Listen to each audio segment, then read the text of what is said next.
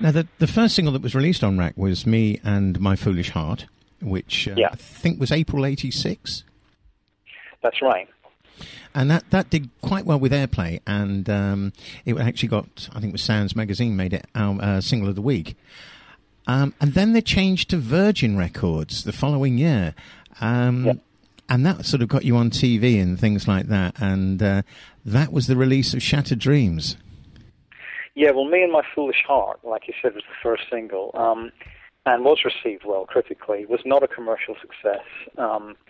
And I decided that, at that point I had, I was the last member to join Johnny Hates Jazz, and at that point I decided, well, I'm going to start writing songs for the band because that's what I do.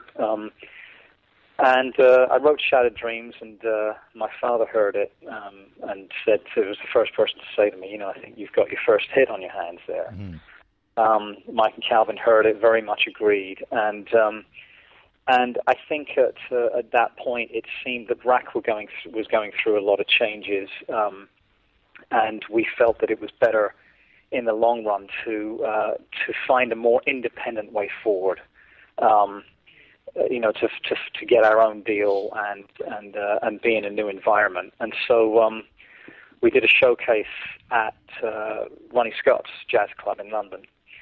Which is a kind of a tongue-in-cheek way to get people interested in us, and it all sounds very glamorous. It was not. It was not glamorous at all. I think we had 3 labels turn up, 3 big labels. One left halfway through.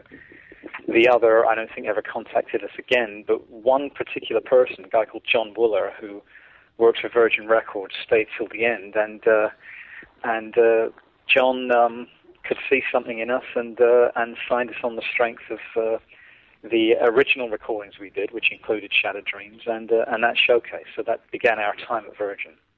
Now that must have been an amazing time, because that track actually, well, it was a worldwide hit. And I mean, you mentioned Johnny Hates Jazz, and everybody knows Shattered Dreams. That's the song. What was it like? It must have been like a roller coaster ride. It was. It's interesting because the 3 of us had history in the music business already, quite a few years of it. So we thought we would be prepared for it, but we weren't. It's as simple as that.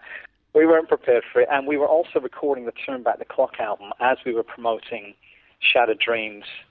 And then I Don't Want to Be a Hero came out, which was a bigger hit than Shattered Dreams in certain countries. And then Turn Back the Clock came out, and that was a bigger hit in certain countries than the other 2. So we had to do a heck of a lot of promotion as we were recording. And I think, we look back on it now, and, it was a wondrous time. I think much more wondrous than we realized at that particular moment, because it was tiring as well. It was very hard work. But I think one of the most important things for me that I took from that time is the ability of music to reach so many different people all around the world, and there's not many art forms that can do that in such a widespread way. And I came away thinking, my goodness, that's a powerful tool. Being in music it can be, if you want to go down that route, a powerful means of influence